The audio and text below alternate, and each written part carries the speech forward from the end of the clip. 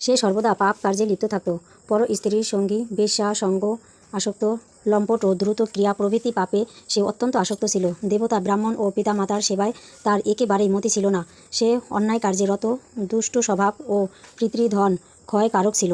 সব সময় সে ভক্ষণ ও সুরাপানে মত্ত থাকত। পিতা ধনপাল একদিন পথ চলছিলেন। হঠাৎ তিনি দেখতে পেলেন দৃষ্টবুদ্ধি এক বেশ্যার গলায় হাত রেখে নিঃসংকোচে ঘুরে বেড়াচ্ছেন। তার নির্লজ্জ পুত্রকে এইভাবে চৌরাস্তায় ভ্রমণ করতে দেখে তিনি অত্যন্ত মর্মাহত হলেন। এই কুস্বভাব দর্শনে ক্রুদ্ধ হয়ে তিনি তাকে গৃহ থেকে বার করে দিলেন। তার আত্মীয় স্বজনেরাও তাকে পরিত্যাগ করল। সে তখন নিজের অলঙ্কারাদি বিক্রি করে জীবন অতিবাহিত করল। কিছুদিন এভাবে চলার পর অর্থভাব দেখা দিল। ধনহীন দেখে সেই বেশ্যাগণ তাকে পরিত্যাগ করল।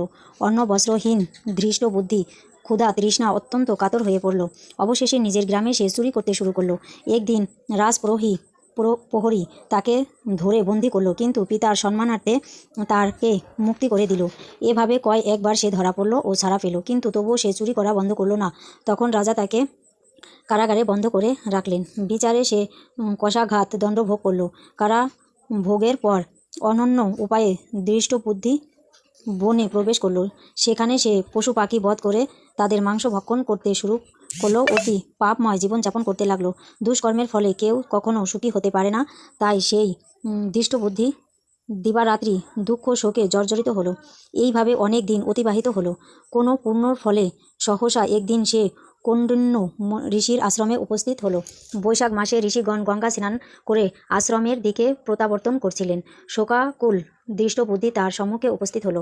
দুর্ঘটনাক্রমে ঋষির বস্ত্র হতে এক বিন্দু জল তার গায়ে পড়ল। সেই জল স্পর্শে তার সমস্ত পাপ দূর হলো। হঠাৎ তার শুভ বুদ্ধির উদয় হলো। ঋষির সামনে সে কৃতাঞ্জলি পুষ্টে প্রার্থনা করতে লাগলেন। হে ঋষিশ্রেষ্ঠ, যে পূর্ণর প্রভাবে আমি এই ভীষণ দুঃখ যন্ত্রণা থেকে মুক্তি লাভ করতে পারি তা কৃপা করে আমাকে বলুন। ঋষি বর বললেন, বৈশাখ মাসে শুক্লপক্ষের মোহিনী নামে যে প্রসিদ্ধ একাদশী আছে, তুমি সেই ব্রত পালন করো। এই ব্রতের ফলে মানুষের বহু জন্মাজন্মিত পর্বত পরিমাণ পাপরাশিও ক্ষয় হয়ে থাকে।